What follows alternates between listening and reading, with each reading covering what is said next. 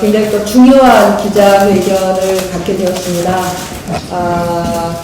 지난 한 달 정도 전에 낙동강 수질 그리고 폐족토 및 낙동강 상류 실태 조사를 쭉 해오셨죠. 4대강 조사위원회와 함께 우리 정의당 생태 에너지 부에서 주관해서 낙동강이 지난 2012년 5년 전에 4대강 사업으로 앓고 있고 죽어가고 있는 현장을 조사를 하셨습니다.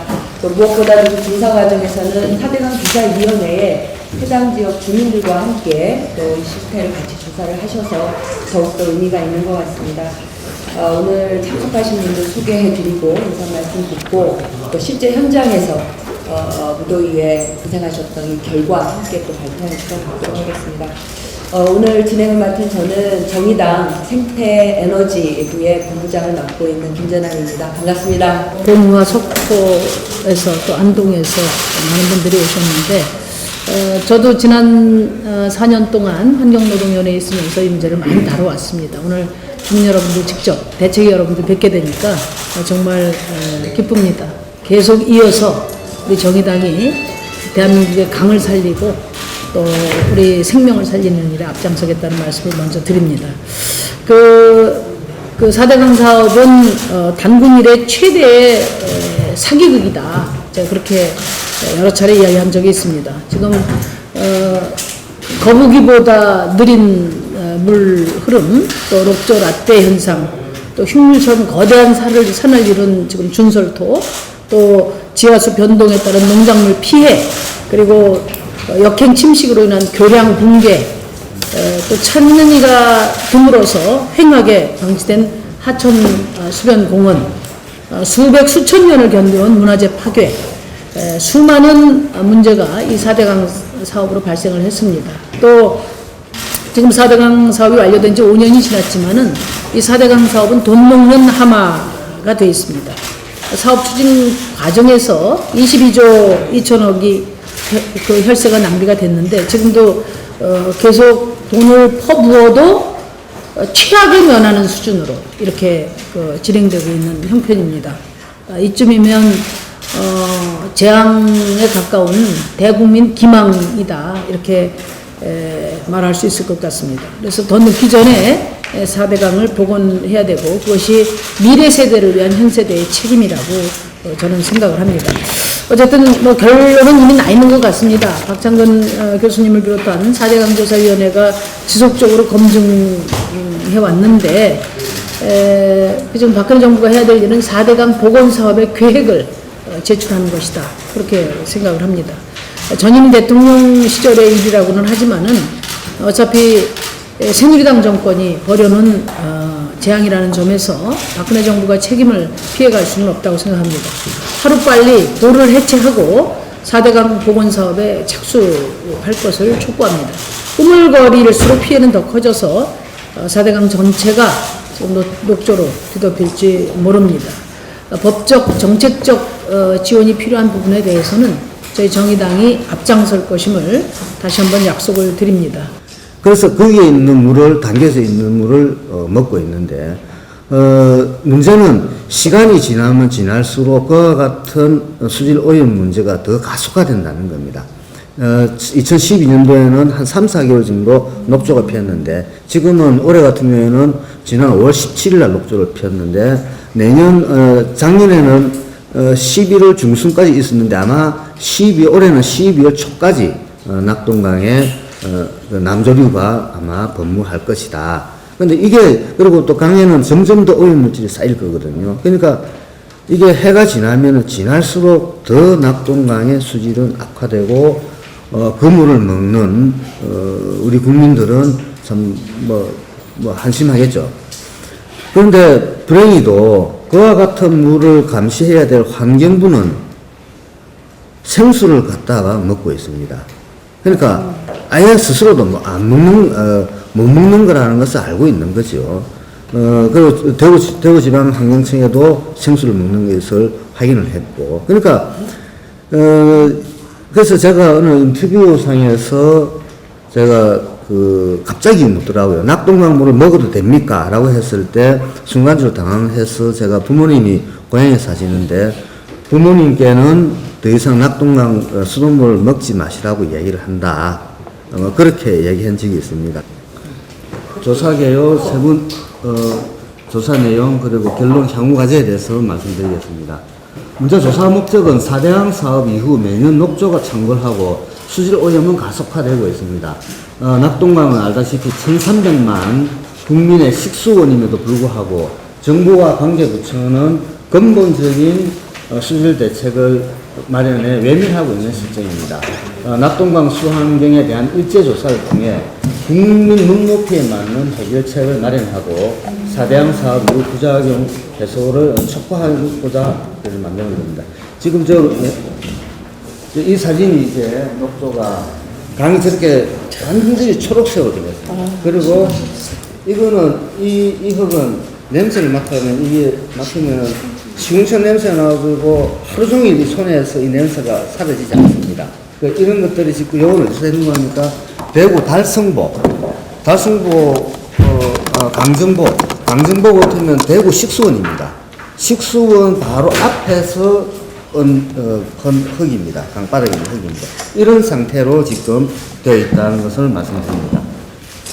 그래서 저희들이 이제 조사를 할 때 영풍부터 안동댐, 영주댐, 안동댐이죠.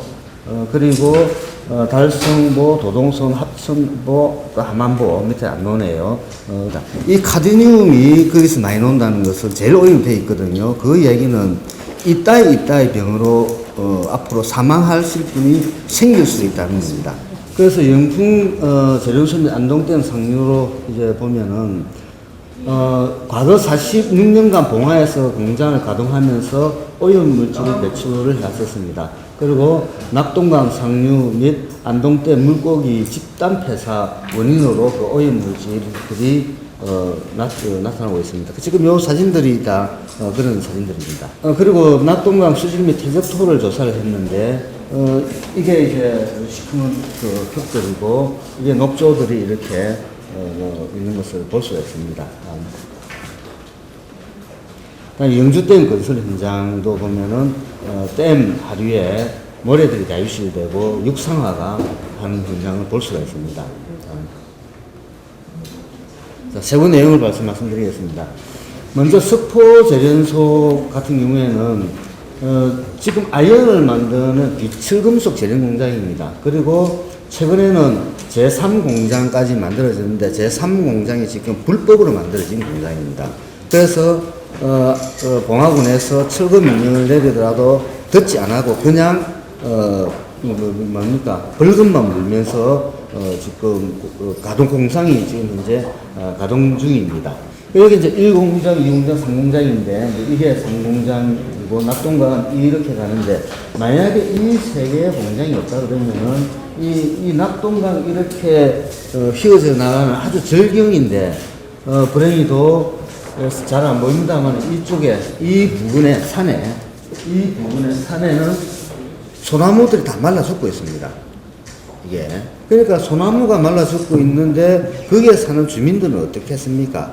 아주 심각한 문제가 발생할 수밖에 없음에도 불구하고 환경부도 지금 손놓고 있고 봉화군도 여기에서 세수가 많이 나오니까 또 뭐 적당히 넘어가고 있고 하는 그런 어떤 상황이 벌어지고 있습니다. 문제는 이것이 낙동강 최상류 아주 청정지역입니다. 그러니까 오염물질을 어지간히 내보내더라도 별 표가 안 나는 거죠. 그렇지만은 물고기들은 수시로 폐사를 하고 있다는 겁니다. 또 많은 아까 책자에도 나올 겁니다. 이런 것들이 이제 공장 인근에 소나무가 죽은 모습인데 문제는 물고기가 폐사된 것을 저희들이 주민들과 같이 뭐 국가수라든지 기타 그 분석기관한테 보냈더니만 이런 물고기 죽은 것을 국가수조차도 원인을 밝히지를 못하더라고요. 그래서 저희들이 좀 불법인 건 모르겠습니다만 죽은 물고기를 들고 제가 일본으로 갔었습니다. 그래서 일본 전문가한테 의뢰를 했는데 지금 분석 중이다. 아마 조만간 원인을 밝혀내리라고 봅니다. 그래서 우리나라에서 저렇게 물고기가 죽어나가는데도 누구 하나 그 원인을 밝히지 못하고 있다라는 현실입니다. 그래서 저희들이 이제 1, 2, 3 지역에서 시료를 채취를 해서 분석을 했습니다. 여기에서 지금 보셔야 될 게 카드뮴. 이 카드뮴을 잘 보셔야 됩니다. 기준치가 지금 6.09 이하가 되면은 이게 이상이 되면은 4등급입니다. 4등급은 독성이 가능성이 매우 높다. 그러니까 저소생물의 독성이 많다는 거죠. 그러니까 6.09입니다. 그리고 여기서 아이언도 한번 볼 필요가 있습니다. 그래서 결과를 저희들이 보면은 다음 장에 보시죠. 그래서 서울대 나이센에서 저희들이 분석을 해가지고 보니까 이 불행히도 카드뮴이 아까 6.09 이상이 되면 4등급인데 지금 이 두 지역에서는 4등급을 한참 초과하고 있다는 겁니다. 그리고 구리, 납, 비소, 아연 이런 것들이 거기에 상당수 검출이 되고 있습니다.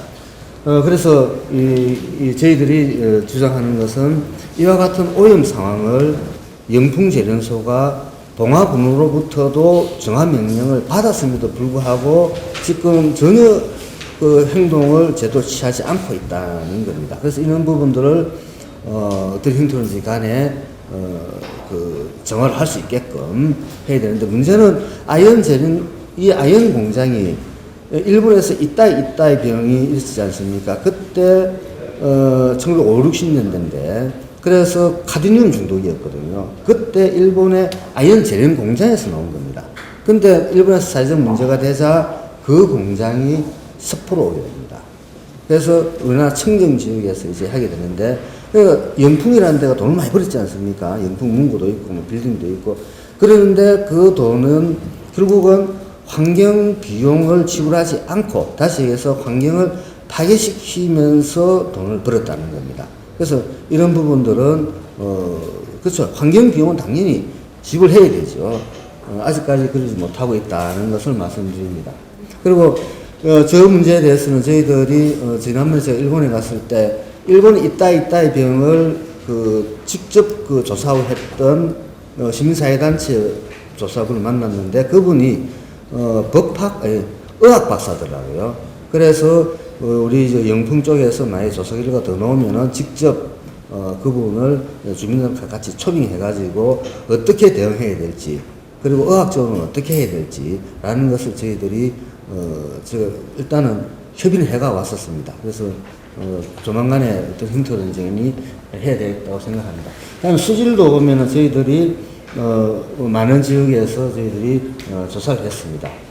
이게 수심이 깊어질수록 이게 수심으로부터 2m, 3m 깊어질수록 점점 더 수질이 나빠진다는 것을 알 수가 있습니다. 그리고 BOD는 창녕 하만보 합천보에서는 3등급, 달성보에서는 5등급 정도로 아주 나쁜 상태로 수질이 그렇게 분석이 되었습니다. 다음 이게 이 부분을 좀 볼 필요가 있는데 이 DO 용존산소인데 수심이 깊어지면 대략 저희들이 볼 때 수심이 한 6m쯤 되니까 용존산소가 4ppm 정도 되더라고요. 4ppm 정도 되면은 물고기들이 아주 그러니까 좀 독한 물고기들은 성체들은 잘 견디지만은 어린 물고기는 그것을 견딜 수가 없고 또 2ppm 이하로 떨어지면은 물고기가 살 수 없는 공간이 됩니다. 실제로 그러니까 물이 있으면은 요 위에만 물고기가 살 수 있고 밑에는 물고기가 살 수 없는 공간이 되어버렸어요. 이미 죽어가고 있다는 거죠. 그래서 이런 어떤 공간 속에서 물고기가 햄스터가 밑으로 들어가야 되는데 그러다 보니까 엉망이 되는 거죠. 또 물고기가 강바닥에 먹이 활동을 해야 되는데 강바닥은 완전히 그러니까 죽음의 공간을 변했기 때문에 상당히 심각성이 있다. 그래서 달성보도 보면은 6 정도, 6m쯤 되니까 4ppm 이하로 뚝 떨어지면서 거의 나중 방바닥에는 용존산소가 없는 상태. 이게 낙동강 보호의 전체적인 흐름이 이런 형태로 가고 있다는 겁니다. 창녕 하만보도 마찬가지입니다. 똑같이 강바닥에 가면은 거의 용존산소가 거의 제로죠. 아무 생물도 살 수 없고 오직 살 수 있는 것은 깔따구 유충들 그런 거 외에는 그러니까 살 수가 없는 그런 공간이 되어버렸습니다. 이것도 마찬가지입니다. 거의 용존산소가 거의 제로가 됩니다. 다음. 그래서 결론을 말씀드리면 보호상류에 대한 수신별 추질 조사를 공식적으로 시행을 했다. 그리고 유기물 침중량이 정대하면서 뻘층으로 진행 중에 있다. 그래서 유속이 감소되고 체류 시간이 정대되면은 조류가 많이 발생하게 되고 그것이 죽으면 또 강바닥에 또 쌓입니다. 그러니까 이게 해가 지나면 지날수록 더 악화된다는 게 바로 여기입니다. 그리고 체류 시간이 정대되고 침전성 유기물, 그러니까 아주 미세한 입자들이 옛날 같으면 낙동에 흐름이 있으면 낙동은 하구까지 가서 바다로 나가는데 이게 이제 보에 다 쌓여버리는 거죠. 이런 것들이 이제 해가 지나면서 상승작용을 일으켜서 점점 더 수질은 나빠진다. 그리고 심지어 퇴적된 것을 조사해 보니까 어떤 합천봉강 그거 보니까 퇴적 깊이가 한 2m까지 쌓인 데도 있습니다. 이런 시커먼 이런 뿔들이. 다음에 퇴적토도 저희들이 조사를 했습니다. 그 분수가 항목은 저희들이 총인과 완전 연소 가능량, 요거는 유기물량이라고 보면 됩니다. 그러니까 이것은 썩으면은 이제 그 수질을 오염시키는 그런 성분들입니다. 그래서 이거는 국립환경원에서 제시한 것을 보면 총인 같은 경우에는 이제 이게 어딘가 하니까 도산서원 그쪽 부근입니다. 거기에서는 이미 총인은 그 4등급을 초과했었습니다. 그리고 달성보에서도 많은 그 인들이 나타나는데 이것은 결국은 부영양하의 영양분이 되기 때문에 상당히 문제가 된다. 그리고 특히 안동댐 같은 경우에 도산수원 같은 데서도 토양을 채취해 보면은 거기도 거의 썩어가 있는 토양들이 깔려가 있습니다. 그것을 이제 깨끗한 물이라고 다들 먹고 있는데 참 안타까운 현실입니다. 다음 넘어가시죠. 그래서 퇴적토도 보면은 이 완전 연소 가능량이 지금 현재 우리나라 기준은 지금 13%로 되어 있는데 한강 같은 경우에는 10%로 되어 있습니다. 요건 더 엄격한데 그래서 이게 다소 하향 조정을 할 필요가 있다고 저희들은 보고 있습니다. 다음 영주댐 문제인데 이제 이런 어떤 그 옛날에 모래 학생들이 모래는 다 사라지고 풀밭으로 되는 그런 어떤 여기서 이거네요. 그러니까 옛날에는 이 내성천을 가보면은 하천의 폭이 한 50m 정도 되는데 그러면 수심이 한 10cm 남짓합니다. 그래서 발 벗고 들어가면 발 위로 모래가 흘러가는 것을 느끼는 그런 어떤 모래 하천이었습니다. 어린애들이 많이 놀고 휴가철 되면 많은 사람들이 노는데 이제는 그런 어떤 모래 하천이 이제 이렇게 모래가 다 파여나가고 그리고 풀들이 자라는 그런 하천으로 변해지게 됩니다. 여기 또 이런 어떤 고운 모래들이 다 습겨 내려가고 큰 자갈들만 남죠. 그럼 이걸 갖다가 장갑화 현상이라고 그러는데 이런 현상이 내성천에서 전반적으로 일어나고 있다. 그리고 여기에서 이제 풀이 들어가기 식재하게 됩니다. 요게 이제 여기는 선몽대는 여기 선몽대예요. 선몽대 여기에 선녀가 꿈을 꾸는 데다 해가지고 아주 절경이 저도 처음에 조사돼서 많이 놀았습니다. 근데 최근에 가보니까 이렇게 풀밭으로 다 변해버렸습니다. 그래서 요 위에 선몽대 위 보면은 약 10리에 걸쳐서 명사십리라는 아주 모래가 쫙 깔려져 있는 그런 어떤 전경이 있었는데 전부 이렇게 변해버렸습니다. 그리고 이게 회룡포죠. 국가 명성지입니다. 이것도 명성지고 여기에 이렇게 깨끗한 모래들이 여기 보면 요게 지금 위에서 찍었는데 요게 한 현장에 가보면 한 1m 이상 단차가 납니다. 그리고 풀들이 자라나게 되죠. 이게 세월이 지나면 더 진행될 겁니다. 다음 이제 구미보, 재퇴적 문제인데, 여기가 구미보입니다. 구미보고, 당초 준설은 이렇게 했습니다. 구미보 같은 경우는, 구미보 상류는 수심을 3m 유지하고, 하류는 수심을 6m 유지를 하게 되어 있습니다. 그래서 준설을 다 했는데, 이게 모래가 이렇게 다 쌓였습니다. 그러니까 적어도 6m 이상 모래가 다 쌓여버린 거죠. 이렇게 감천뿐만 아니라 그 밑에 뭐 황강이라든지 남강이라든지 회천이라든지 큰 지류에서는 전부 다 이렇게 모래가 다 쌓이고 일부 하중도도 만들어지는 현장들이 있습니다. 그래서 요거는 여기 가가지고 구미호를 기록하고 찍은 사진입니다. 그래서 이 녹조 문제인데, 녹조에 대해서 먼저 말씀드리면은, 지금 우리나라의 녹조 전문가들이 이름 있는 전문가들 한 34분 계시는데, 전부 다 입을 닫아버렸습니다. 왜 닫았는가 하니까, 환경부하고 미래부가 거기에서 녹조 관련 연구비를 한 200~300억을 만들었어요. 그러니까 교수들이 전부 다 거기 다 들어가겠죠. 옛날에는 저한테 정보를 좀 주시던 분들도 이걸 다 닫아버렸어요. 그래서 할 수 없이 저희들이 작년에 일본 전문가를 초청했는데, 그분이 여기 있을 건데 박호동 신시우대학의 교수로 계신 분인데, 불행히도 이분은 한국에서 쉽게 해서 버림받은 학자였었어요. 그러니까 녹조에 대해서 제대로 얘기를 하니까.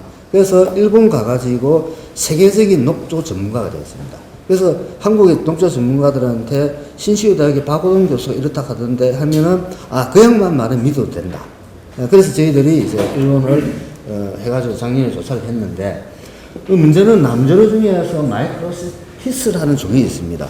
이 종은 그 치명적인 독성 마이크로시틴을 배출하는데, WHO 국제보건기구죠 기준에 따르면은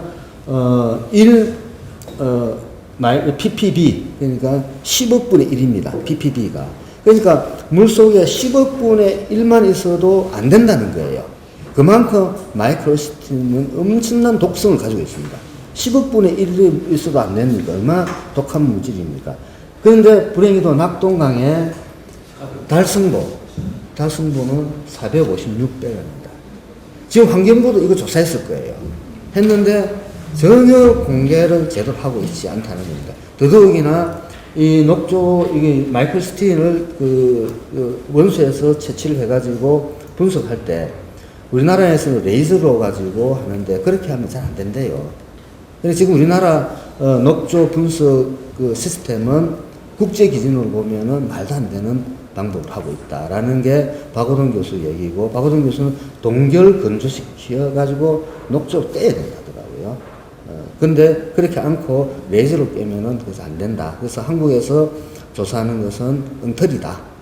그냥 아주 말은 조심스럽게 하는데 그런 어떤 내용이 있었습니다. 그래서 이와 같은 독성 물질들이 있다는 거죠. 그래서 브라질에서는 이런 마이크로시틴이 들어간 물을 주사액을 만들어 가지고 한 병원에서 투약을 했는데 무려 병원에서 40여 명이 한순간에 죽었다는 그런 자료도 있습니다. 그만큼 이 마이크로시틴이 엄청나게 위독한 물질임에도 불구하고 여기에 대해서 전혀 환경부가 자료를 제대로 공개를 하고 있지 않습니다.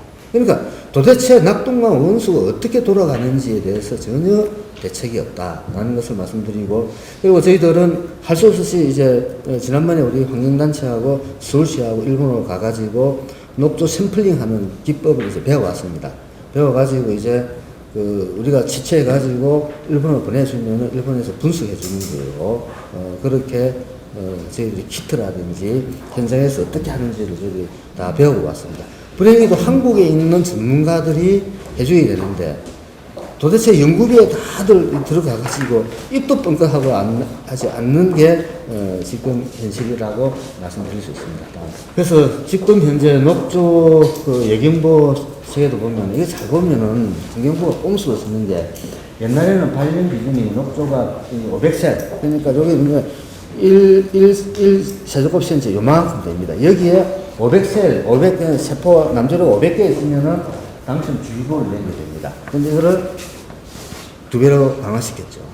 이 꼼수죠.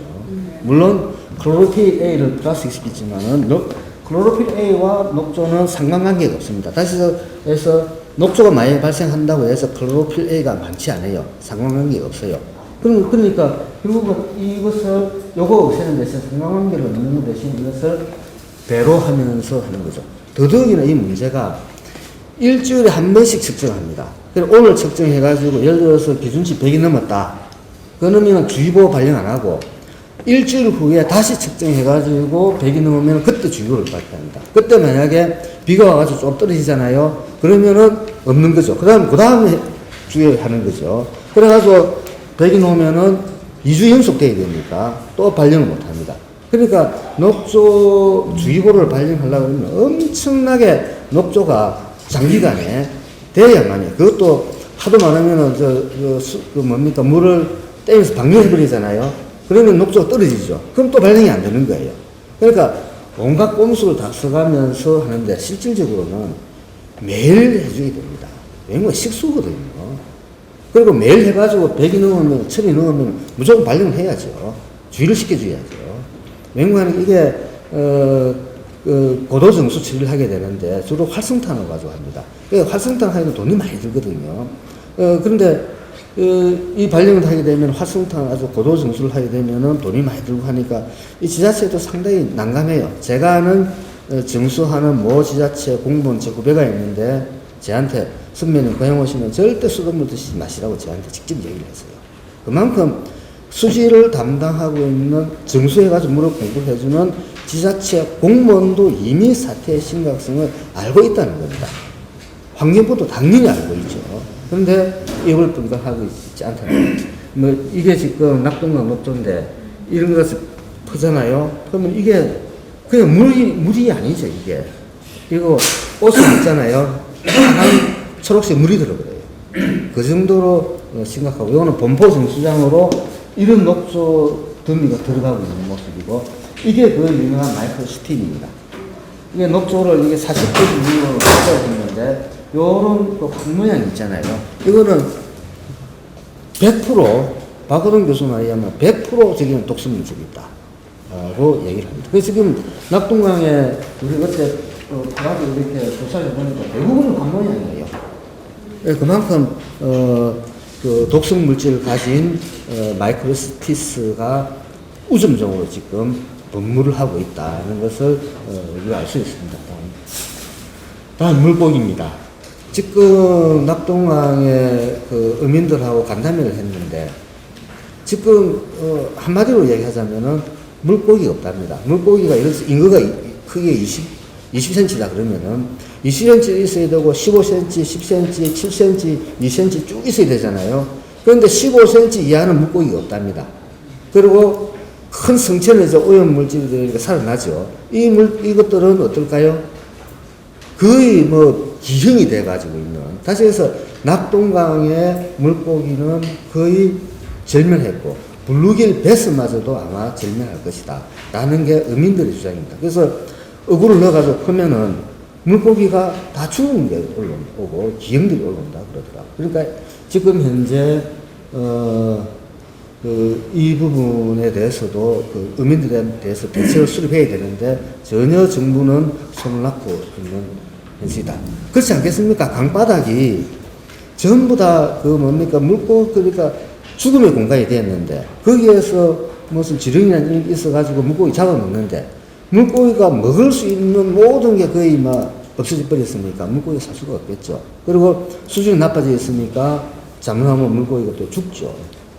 그 폐사도 많이 일어나죠. 그런 어떤 안타까운 현실이 지금 되고 있습니다. 어민들 생계가 뭐 조업을 못 하더라고요. 진짜 가보니까. 다음 결론을 가져가 보겠습니다. 지금 윤풍재련, 석포재련소 같은 경우는 이따의 병을 우리 사회가 지켜봐야 됩니다. 그리고 오염물질을 가지고 있는 퇴적물들이 쌓이는데 이것은 시간이 지나면 지날수록 점점 더 가속될 것이다. 그리고 강렬 감량에 의한 완전 연소 가능한 유기물 함량 기준을 현행 13%인데 대폭 낮춰야 된다. 그렇지 않고서는 문제가 심각하다는 걸 알 수가 있습니다. 뭐지?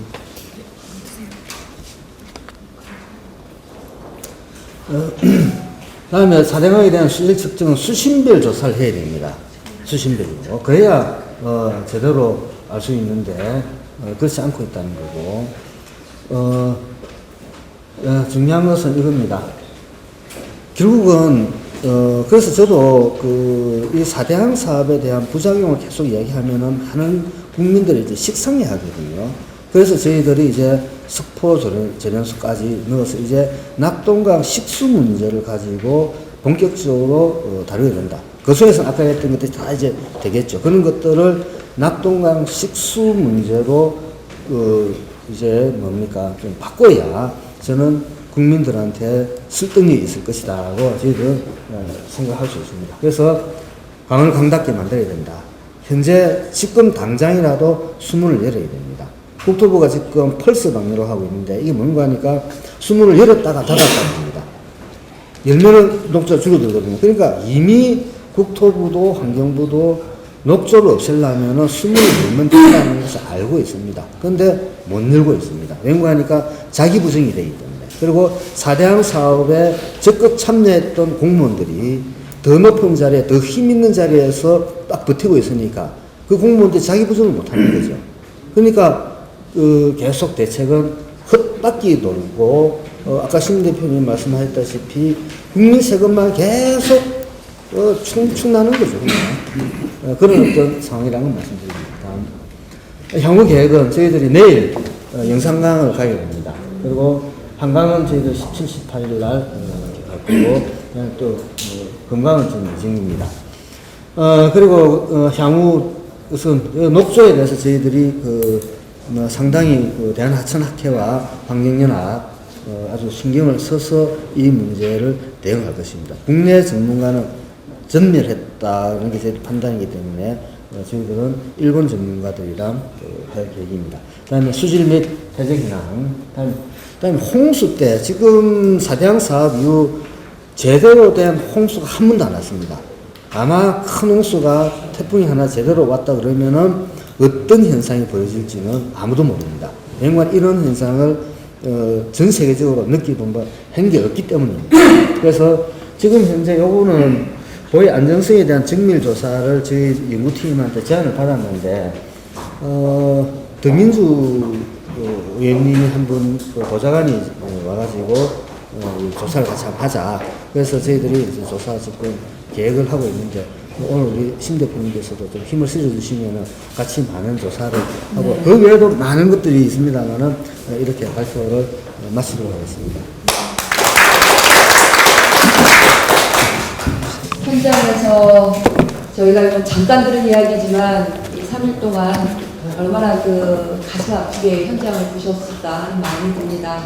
그야말로 한마디로 낙동강 상류조차도 거의 죽어가고 있고 어류부터 우리 1,400만 식수원이 죽어가는 현장에 말씀을 나눠주셨습니다.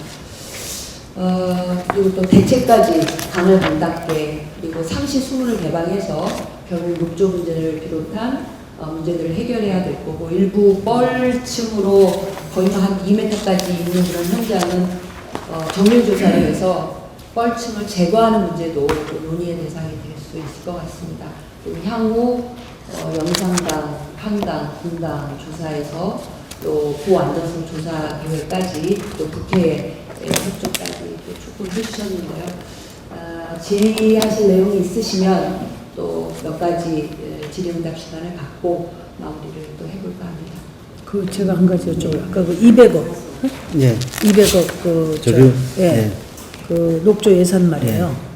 이거는 어느 부처에서 지금 됐어요? 환경부하고 미래전략부인가요?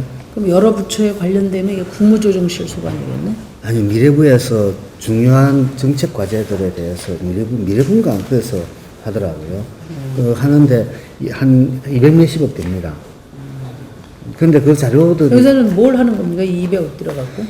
그래서 제가 작년에 경향에다가 칼럼을 하나 썼는데 그러니까 녹조와 관련돼서 지금 하고 있는 연구 내용이 어떻게 하면은 녹조가 강에 발생하는 걸 줄일까? 그 정수 과정에서 어떻게 하면 녹조를 제거할까? 여기에 포커스를 맞춰져 있습니다. 근데 문제는 외국에서도 녹조 관련해서 엄청나게 많이 했거든요. 이미 전 세계적으로 녹조와 관련된 조금 전에 2가지 연구 과제는 이미 다 끝난 상태예요. 그러니까 뒷북치고 앉는 거죠. 그래서 박호동 교수를 제가 만났을 때 한국에 자기도 자문 자주 온대요. 어떻습니까? 하니까 별로 성과가 없는 것 같아요. 딱 한마디로 정리를 하더라고요. 그래서 지금 현재 그러니까 그 녹조 관련 연구는 한 200~300억 들였는데 결국은 선진국에서 녹조 피해를 많이 봤던 선진국에서 했던 내용 그 이상 그 이하도 아니다. 낙동강이 음수로, 그러니까 네, 음용수로 좋지를 않다 그랬는데, 예를 들면 음용수의 어떤 그 가이드라인 기준이 있을 거 아닙니까? 그 기준과 관련해서 지금 여러 지표들을 이렇게 비교해 볼 수 있나요? 그 수질 기준에는 다 들어갑니다. 수질 기준 안에 다 들어가는데 거기서 우리가 주의 있게 봐야 될 게 지금 정수 시스템은 똥물도 정수 시스템 들어가면 먹는 물로 만들어냅니다. 그런데 그 원수 수질이 깨끗한가와 안 깨끗한가는 완전히 다르거든요. 느끼기가. 그리고 수질이라는 것은 한순간에 사고가 나면은 이게 그러니까 1년 중에 깨끗하다가도 하루가 엉망이 돼버리잖아요. 이게 전체를 지배를 하거든요. 이 먹는 물이기 때문에. 옛날에 그 페놀 유출 사건이 있잖아요. 그 며칠밖에 안 되는데 그것이 전체를 다 지배해버리잖아요. 그러니까 수질은 평균으로 보는 게 아니고 가장 악화됐을 때를 봐야 된다는 겁니다.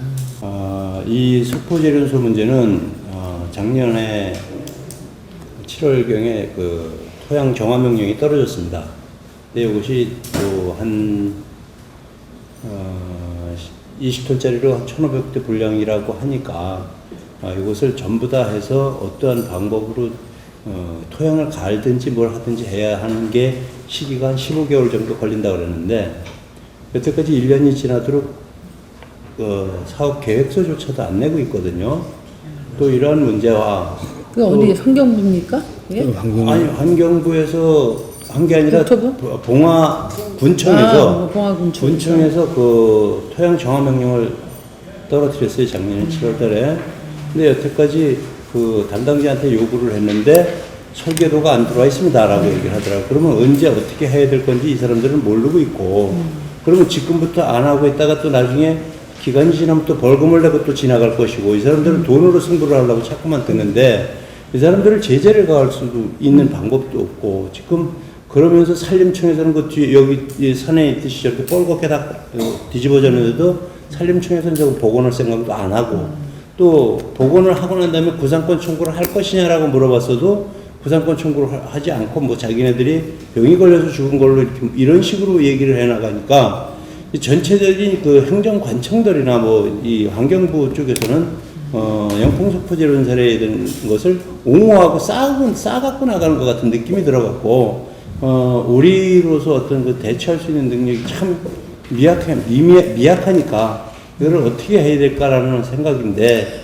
이런 부분에 대해서 좀 어떻게 당에서 협조를 좀 많이 좀 해주시고 뭐 어떤 당 차원에서 그 어떤 제재를 가해 주시면은 저희들이 그 안에서 조사하고 움직이는 거에 대해서 굉장한 힘을 갖고 움직일 수 있을 것 같아서 당부드리는 말씀입니다. 저희가 제재를 가하기는 어려울 것 같고요. 네. 당에 이정미 의원실, 그러니까 이 석포재련소가 작년 7월에 토양 정화 명령이 내려졌는데 이제 그 구청이죠 이게 군청. 근데 그게 이제 안 되면 정의당 명의로 여기는 뭐 군청이니까 환경부 소관은 아니니까 환노위가 아니네. 정의당 심상정 대표 명의로 이 부분에 대한 그 질의 공문을 보내세요. 공문을 보내서 이 봉화군청에서 왜 작년 7월에 토양 정화 명령을 내렸는데 그 명령을 내리게 된 배경은 뭐고 계획은 뭐고 집행이 안 되면 안 되는 이유는 뭐고 이것을 그 서면으로 받으세요. 답을. 그렇게 해서 그걸 가지고 예를 들면 그게 군청에서 그렇게 했는데 그것이 뭐 예를 들면 뭐 정부가 어떤 지원이 없어서 안 된다든지 이건 어디서 뭐 어떤 기준으로 해서 국토부에서 지원을 해야 되는데 또는 산림청에서 지원을 해야 되는데 안 된다든지 하면 그 부처에 다시 또 이 문제를 제기를 해서 하면 좋을 것 같아요. 그래서 참조를 그 이정미 의원실로 하고 군청이니까 대표 명의로 뭐 보내든지 하여튼 그렇게 해서 그걸 가지고 이후에 환노위 환경부 소관 같으면은 환노위에서 국감 때 그걸 그 제기를 하세요. 그렇게 하는 방법밖에 없을 것 한 같습니다. 가지 더 말씀드리겠습니다. 이 아연 재련을 하기 위해서는 1급수가 필요해요. 그 물이 1급수가 필요한데 거기 보면 백천계곡이라는데 열목어가 사는 데가 있고 또 반야계곡이라고 하는 오미산에서 내려오는 삼척서부터 내려오는 맑은 1급수가 있는데 먼저 6월달에 교수님하고 4대강 조사를 같이 갔다가 와서 12일날 고기가 죽었다고 해서 거기 쫓아 들어갔었습니다. 근데 물이 가물으니까 반야계곡 물이 한 방울도 강으로 유입이 안 되고 공장으로 다 들어가고 있거든요. 그 물을 공장에서 다 쓰고 사각수를 만들어서 강으로 버리는데 물 사용료를 한 푼도 내지도 않고 우리가 제시한 것은 물 사용료를 달라고 그런 게 아니라 물을 사용하고 폐수를 버릴 때 그 양을 측정하려고 들어가는 양과 나오는 양을 측정할 수 있게 계량기를 달아달라고 부탁을 했는데 도청소관이라고 그러고 군청에서 허가는 내주고 자기네들은 모른다라고 하고 도청에다 물어보니까 군청관할이라고 핑퐁을 치는데 이것을 어디다가 지금 얘기할 데가 없어요. 그러니까 물을 사용하는 문제에 대해서 계곡 전체에 물이 한 방울도 안 흘러 들어오게 하고 공장으로 다 유입되게 하는 물에 대한 것은 어떤 방법으로 처리를 해야 되는지 저희들이 모르겠거든요.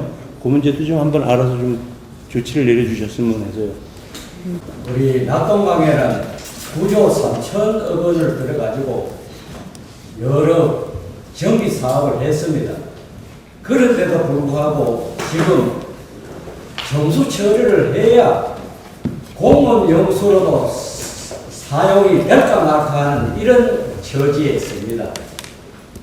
이런 한마디로 말하면 석고 재련소에서 내려보내는 그 폐비와 매연 이런 독극물과 중우소 때문에 그렇다고 단정합니다. 65만 톤 항산을 매년 사용합니다. 이 항산이 어디로 갑니까? 여기에는 독극물과 중금속이 포함되어 있습니다. 결국은 하늘로 안 날아가면은 물로 해서 부산 앞까지 내려갑니다. 안동댐은 물론이고 낙동강 그렇게네 부산서 그리고 하회 뭐 이쪽으로 대구로 내려가면서 전부 물고기를 죽이고 생물체라고는 제가 이렇게 살펴보니까 5마리도 가지고 못 살 것 같습니다. 뭐 어떤 자라라든가 보나리 그리고 남생이 뭐 잠자리 유충까지 이렇게 관찰해 보면 전부 다 죽어 있는 모습입니다. 여기 어떻게 우리 사람들이 이 물을 먹고 살아갈 수 있겠습니까? 특히 작년에는 안동댐에 독극물과 중금속이 흘려 나와가지고 고기들 수십만 마리가 죽었습니다. 저 눈으로도 목격하고 주위 사람들 전부 다 인정을 합니다. 원래도 JTB에서 나와가지고 방송을 했습니다만은 고기들 수천 마리를 제가 사진을 찍었습니다. 그런데도 석고 재련소는 오리에서는 환경부에서는 그냥 그걸 방치하고 있습니다. KBS 방송을 불러가지고 이렇게 방연도 이래 하고 했습니다만은 이런 물이 깨끗하다라고 이런 걸 오도를 해버리면 국민들은 치명적인 생명에 초래합니다. 그리고 수치를 의뢰하면은 예로 안동대학하고 경연구원 같은 데는 수자원공사에 기준을 맞춰가지고 수치를 조절해버립니다. 어떻게 국민들이 국가를 믿고 살아갈 수 있겠습니까? 그리고 또 환경부에서는 고기가 죽으면 뭐라고 하면은 폐탄강에서 내려오는 폐미 때문이라고 이렇게 발표를 합니다. 폐탄강 지금 사람이 들어갈 수도 없습니다. 그리고 태백에 계시는 분들은 그게 최후 불만입니다. 자기들이 정화를 해가지고 내려오는 그곳에는 다슬기라든가 모든 생물체들이 사는데 어떻게 우리 지역 것임 이런 폐비 때문이라고 발표를 하느냐 불만이 많습니다. 그런 이게 46년 동안 내려왔습니다. 국민의 목숨을 가지고 뭐라 할까 1% 금수저만의 잔치를 벌이고 있습니다. 범죄 행위를 저지르고 있습니다. 그리고 이런 사실 규명하려고 그러면은 하루아침에 할 수 있습니다. 정부가 의지를 가지면. 그렇게 그걸 못 해주니까 석보재련소, 수자원 목소리를 높입니다. 있을 수 있는 일입니까?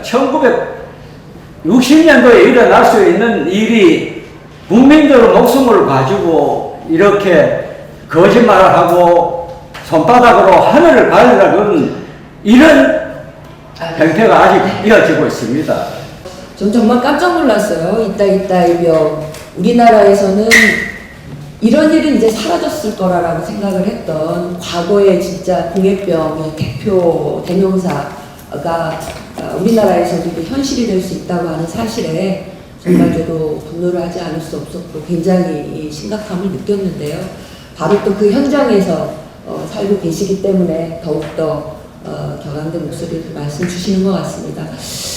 우리 김전환 의원이 이걸 전담하는 부처를 지금 운영하고 있기 때문에 해당 의원실하고 오늘 그 보고하신 말씀 대책회의를 하고 또 지금 영산강이나 한강의 그 조사 사업에 저희도 결합하는 방법을 한번 검토를 해보겠습니다. 그리고 이제 이 지역 같은 경우는 어차피 뭐 저희가 국감대 중심 의제로 삼아서 또 대책을 좀 논의해보고요.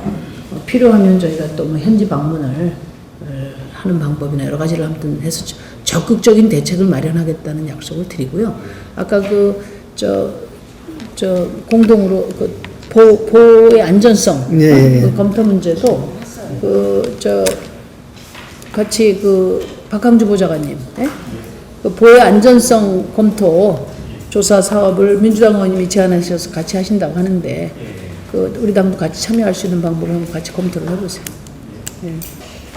오늘 주셨던 내용은 환경부 또 동아구청 해당 지자체나 저희가 정확하게 그 공문을 통해서 질의답변으로 또 다시 답변 결과를 전달해 드릴 건 드리도록 하고 조사 과정에 참여부터 시작해서 정의당 차원의 대책을 함께 수립하겠다 말씀드리겠고요. 무엇보다도 4대강 사업 모두가 다 문제입니다만 가장 심각한 이 수질부터 퇴적토 문제에 가장 심각한 현장은 지금 낙동강이고 저는 무엇보다도 오늘 이렇게 오셨지만 낙동강 현장을 지키고 계신 주민들의 관심과 참여가 대단히 저는 중요하다. 주민들의 관심과 참여가 확대되면 확대될수록 이 4대강 사업의 문제를 해결하는 훨씬 더 큰 지름길이 열린다 이렇게 생각을 하고요. 그래서 이번 조사 과정에 또 여러분들께서 참여하신 것은 대단한 큰 역할을 하셨다 이렇게 생각합니다.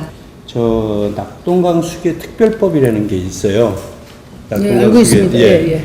그것이 어디까지 돼 있냐면 안동댐 아래까지만 돼 있습니다. 낙동강 수계 특별법이.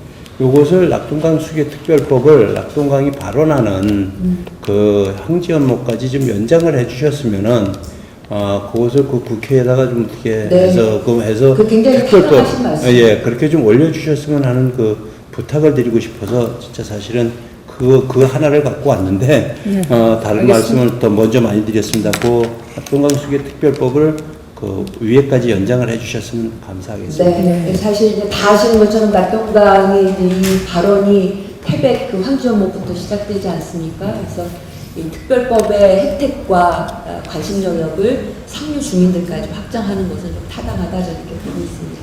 그 말씀까지 포함해서 저희가 좀 향후 대책 같이 논의하겠다 말씀드리겠고 오늘은 여기서 저희가 낙동강 수질 그리고 또 영풍 석포재련소 주변 환경조사 보고서까지 모든 과정을 마치도록 하겠습니다. 네, 수고하셨습니다.